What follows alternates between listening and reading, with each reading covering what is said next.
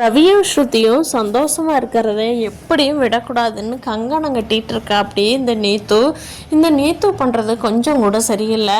Hotel business மூடிட்டு போனதுக்கப்புறம் அவங்க பாட்டுக்கு விட்டுட்டு அவங்க பாட்டுக்கு சிவனேன்னு இருப்பாங்க. ரவியும் ஸ்ருதியும் அவங்களுக்கு ஆப்போசிட்டாக ஹோட்டல் பண்ண முடியல அப்படிங்கிற காரணம் இருந்தாலும் பூக்கடை பொக்கே கடை ஆரம்பித்தேன். அதுக்கு ரவிங்கிற பேரை வச்சு பண்ணுறதெல்லாம் ரொம்ப டூமச்சாக போயிட்டுருக்கு. அதுக்கு பூ வாங்கிறதுக்கு சிந்தாமணிகிட்ட ஆர்டர் வாங்கி பொக்கே பிஸ்னஸ் பண்ணிகிட்ருக்காங்க. இதை கேள்விப்பட்ட மீனா ரொம்ப வேகமாக ரவிகிட்டையும் ஸ்ருதிகிட்டையும் சொல்கிறாங்க.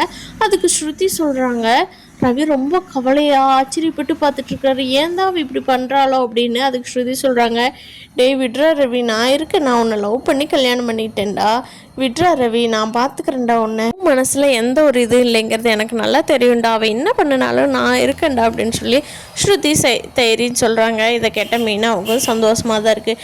எப்படியோ ஸ்ருதி நீங்களும் ரவியும் ஒன்றா இருந்தால் எனக்கு அதுவே போதும் அப்படின்ட்டு கிளம்புறாங்க. எனக்கு ஆப்போசிட்டாக பண்ணுறேன்னு சொல்லி நம்ம குடும்பத்துக்கே ஆப்போசிட்டாடா பண்ணுறாடா அந்த நீத்து அப்படின்னு சொல்லி ரவியும் ஸ்ருதியும் பயங்கரமாக புலம்பிகிட்ருக்காங்க. வேலைக்கு ஆள் கிடைக்கலன்னு வெக்ஸான விஜயை டேய் மத்தியானம் ஹோட்டல் ஆர்டர் போட்டுக்கலாம்டா, நான் கொஞ்சம் நேரம் பார்வதி வீட்டுக்கு போயிட்டு வரேன், எனக்கு ரொம்ப ஸ்ட்ரெஸ்ஸாக இருக்குதுடா அப்படின்னு சொல்லிட்டு பார்வதி வீட்டுக்கு கிளம்புறாங்க விஜயா.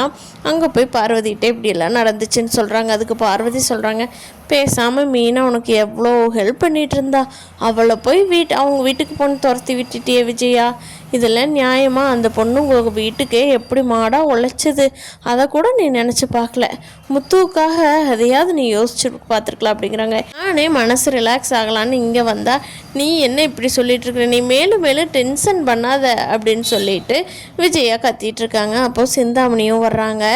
ஏங்க சிந்தாமணி, உங்கள்கிட்ட நான் ஒன்று கேட்கணும்னு நினச்சேன். முத்து சொல்லிகிட்டு இருந்தான், வீணா சொன்னான்னு, நீத்து பொண்ணு பொக்கே ஷாப் ஆரம்பிச்சிருக்காமே, அந்த பொக்கே ஷாப்புக்கு உங்கள்கிட்ட இருந்து தான் பூ ஆர்டர் வாங்கிட்டு இருக்காமே, நீங்கள் அந்த பொண்ணுக்கு பொக்கேக்கு பூவெல்லாம் கொடுக்காதீங்க சிந்தாமணி அப்படிங்கிறாங்க விஜயா. என்ன மாஸ்டர் நீங்கள், நான் கொடுக்கலன்னா வேற ஒருத்தர்கிட்ட அந்த பொண்ணு வாங்க போகுது, அதுவே பெரிய பணக்கார பொண்ணு, நான் இல்லைன்னா இன்னொரு ஆள்கிட்ட வாங்க போகுது. ஆமாம், ஏன் மாஸ்டர் என்னையே கொடுக்கூடாதுங்கிறீங்க, அந்த பொண்ணு கணக்கு வழக்கு கரெக்டாக இருக்காதா அப்படிங்கிறாங்க. இல்லை சிந்தாமணி, என்னோட பையனோட வாழ்க்கைக்கு எடுக்கிறா அதனால் அவகிட்ட நீங்கள் கொடுக்காதீங்க அப்படிங்கிறாங்க. என்ன மாஸ்டர் நீங்கள், நான் என் பாட்டுக்கு ஏன் பிஸ்னஸ் பண்ணிகிட்ருக்கேன், உங்கள் பையன் லைஃபுக்கு என் பிஸ்னஸ்க்கு என்ன மாஸ்டர் சம்மந்தம், போங்க மாஸ்டர், நீங்கள் இப்போ உங்கள் குடும்பத்து பிரச்சனைலாம் என் பிஸ்னஸ்க்குள்ளே தலையிடுங்க, நான் ஏதோ 5-10 சம்பாதிக்கிறதுக்கு நீங்கள் வேட்டு வச்சுட்ருவீங்க போல் அப்படின்னு சொல்லிட்டு சிந்தாமணி, சரிங்க மாஸ்டர் எனக்கு கொஞ்சம் வேலை இருக்குன்னு அவசரமாக போகிறேன் அப்படின்ட்டு வெளியே கிளம்பி போயிடுறாங்க. பார்க்கலாம் ஃப்ரெண்ட்ஸ், இந்த விஜயாவுக்கும் சிந்தாமணிக்கு எப்போ சண்டை வருதோ அப்போ தான் இந்த வீடு நல்லாயிருக்கும், ரோஹிணிக்கு தகவல் போகாமல் இருக்கும். பார்க்கலாம் அடுத்தடுத்து என்ன நடக்க போகுதுன்னு.